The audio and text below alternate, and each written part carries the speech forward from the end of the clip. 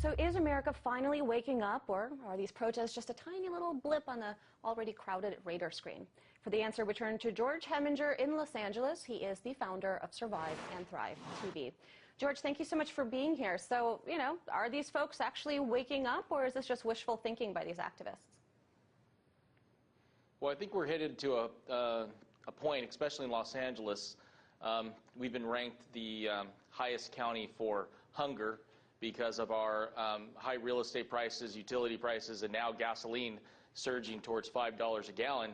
What else is going to happen? People are in need. They cannot feed their children, and they're losing their jobs. Of course, they're going to try to take to the streets. And I was shocked that so many people came out. And I really think you're just going to see more and more protests. And you could probably expect these protests to eventually become violent protests.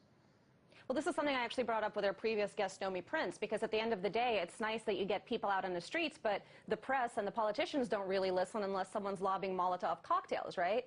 So do you see this movement turning more violent, perhaps, to get more noticed by the powers that be? Well, you saw in the Middle East, different things can happen. You can have a few million people rise up, and then the leaders are out of town. Or in some cases, they can rise up and they get shot down. So what will happen in America when Main Street really rises up and really starts demonstrating is left to be seen. I'm not sure what our government is going to be doing, but I can tell you a lot of my listeners on my channel are very concerned that the government may be preparing for some sort of martial law if that were to happen.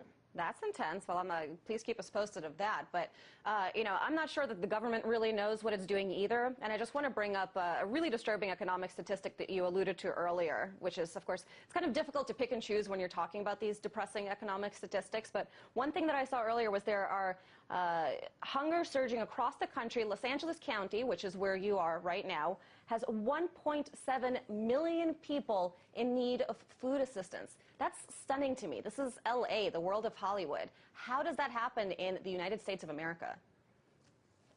Well, it's no longer the, I mean, Hollywood, the sheen has come off of Hollywood. You have 500,000 people in LA County alone on welfare. You have a huge amount of people on food stamps and disability, some type of welfare program for the government. That is the underpinnings of our economy right now. It's not manufacturing, it's not high tech, it's welfare and food stamps. So there's a couple things happening, but people are starting to see with the rising gas prices, and after they make their rent payments, after they make their utility payments, you know, Johnny is asking for more food. Hey, Dad, can I have that hamburger? No, son, I don't have the money to go get you a hamburger. And that's what's happening right now is literally parents are coming to the realization that they don't have the money to buy food for their children. Just go to the grocery store. I mean, it's incredible, the price increases that we're seeing, but we supposedly don't have inflation. Well, tell that to people on a fixed income, or tell that to people that are relying on food stamps. You know, if you get $600 a month on food stamps, what does it feel like when it's only worth $300? Right. So the government is understating inflation. The government doesn't seem to pay attention to what Johnny wants. I mean, we have people going hungry on our streets right here. Meanwhile, our president is doing what tonight? He's giving a giant speech about the humanitarian intervention in Libya, somewhere far away. I mean, George, when are we going to have a humanitarian intervention here in the United States? Well, Ron Paul's talked about this with the crisis that we're having in the American economy. We need to recall all troops across the world, and we need to bring all that income that we're spending overseas directly to the American people. I think we need to, right now there's a polarization happening in America. You know, it's the left versus the right, it's the GOP versus the Democrats. I think we all need to come together and realize we have a serious problem, and we need to start implementing policies that are pro-American people.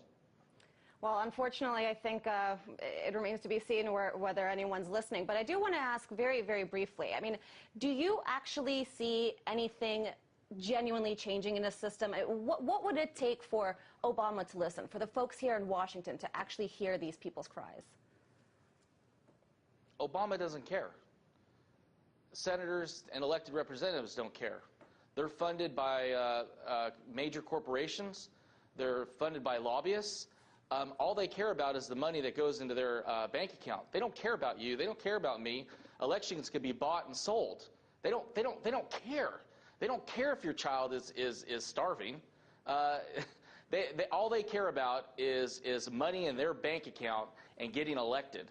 Obama is totally out of touch with reality. He is entirely out of touch with reality. Out of touch, but I guess he'll be bestowing some of that reality on us tonight at 7:30. Thank you so much, George Heminger, founder of Survive and Thrive TV.